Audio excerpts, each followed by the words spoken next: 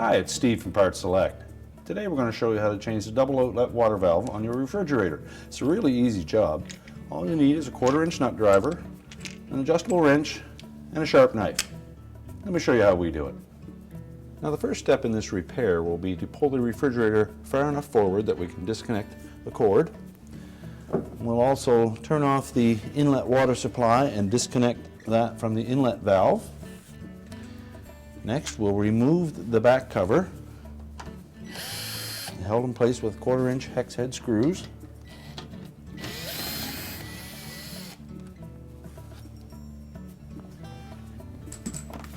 Carefully set that back panel aside. Now to replace this valve, it is easier to remove the common bracket that both valves are secured to. It's held in place with one single 1/4-inch hex head screw that secures it to the side frame of the refrigerator. So we'll remove that.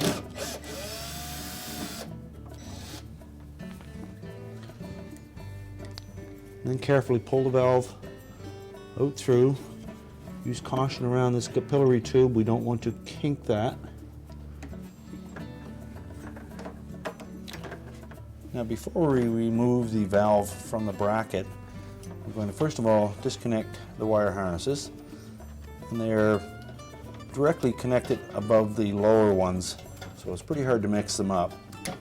Simply pull them off. Let those loose. We can next disconnect the 2 outlet water lines.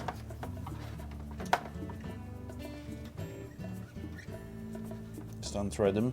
There'll probably be a little bit of water come out here, so you may want to have a towel handy to catch the excess. Now the water lines are different sizes, so you won't be able to mix those up. Now we'll also disconnect the line to the filter. Using an adjustable wrench, just loosen that enough that you can turn it by hand and pull it out of the valve.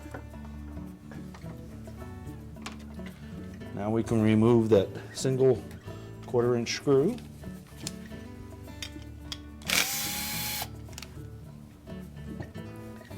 And we can remove the old valve. Now we're ready to mount the new valve on the bracket. And there's a little locating tab that will fit into that hole, and then we'll secure it with that 1/4-inch screw.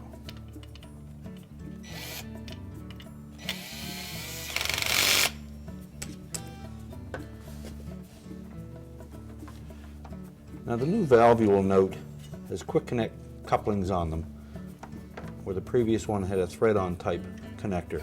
So what we'll do is we'll pull that connector back enough, and we'll cut off about 3/4 of an inch of that water line. So with a sharp knife,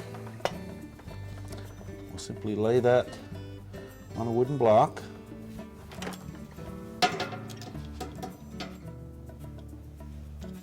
Make a nice straight cut. You can then peel off the old connector, discard that. And do the same thing for the larger water line.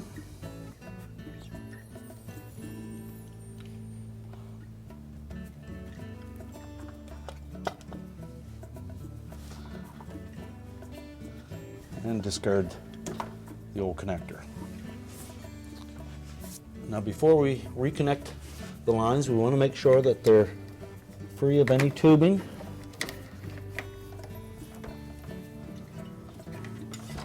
And then we will push them in about 5/8 of an inch into that valve.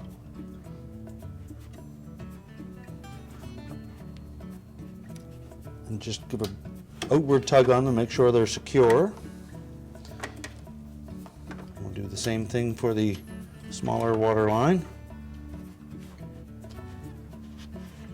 Make sure it's pushed firmly into the valve.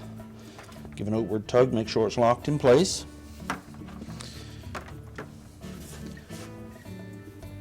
Now we can reconnect the wire harnesses, and again they're one over top of each other.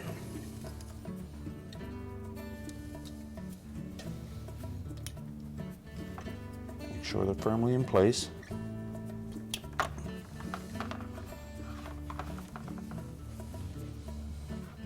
And we can tuck the whole assembly back inside the refrigerator, making sure not to kink any of the tubing.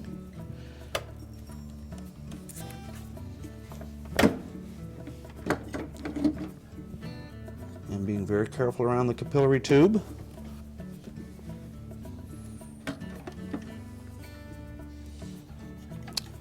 Now locate the hole that mounts that bracket to the sidewall.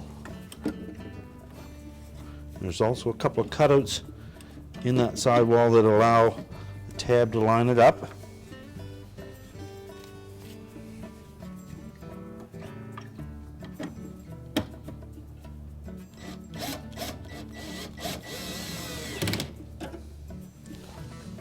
And we can remove the protective cap from the inlet to that valve. Carefully inspect the compression fitting from the old valve, and then we can thread that on.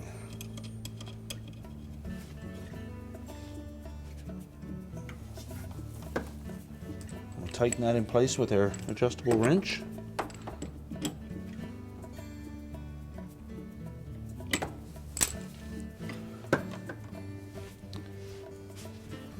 Now, as a precautionary measure, you may want to reconnect the inlet water line to the inlet valve and plug the refrigerator back in and operate both the water dispenser and the ice maker to make sure that we have no leaks. Then we can put the back cover on. Now that we've verified that we have no water leaks, we can reinstall the back cover.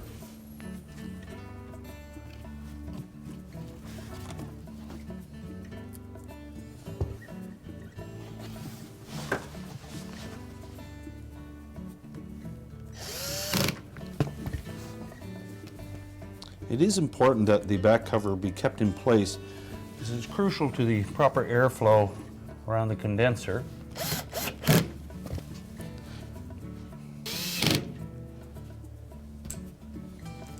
And now we can reconnect the power, and our repair is complete. Told you it was an easy job. Thanks for watching, and good luck with your repair.